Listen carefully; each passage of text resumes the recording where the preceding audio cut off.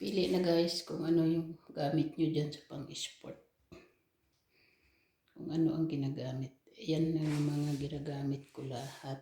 Pero hindi ko pa yan nagamit lahat. Kasi dati sa baba tinatamad ako. Ngayon nakaakyat na. Gamitin ko na yan pa isa-isa. Ito yung abdomen trainer. Maganda yan. Dahil ano siya. Hindi siya mahirap gamitin. Sakit lang sa tiyan. Kasi kailangan lakas. Ang gamitin ang lakas tiyan kapag hit. Yan isasabit ang hita. Tapos hatakin pataas. So ang sakit sa tiyan yan. Nung isang araw ako na ganyan hanggang ngayon masakit pa yung tiyan ko. Siguro mga 3 to 4 days tanggal na yung sakit. Pwede na naman maggamit. Tagal kasi hindi nakagamit. Ito naman para yung mga taba-taba sa likod. Pangpalaki ng braso. Yan para sa paa yan.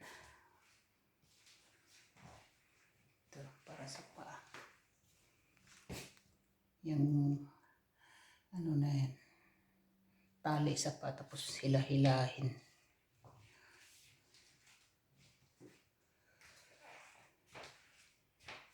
Yan. May bula, may stepper. Mayroong pang balance.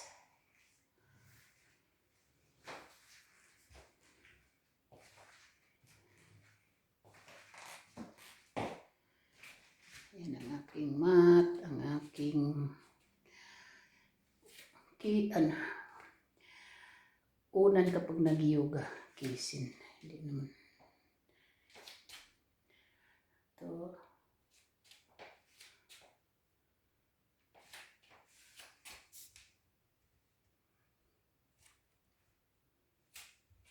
Yung mga nagamit ko na yun. Ito rin. Abdominal trainer.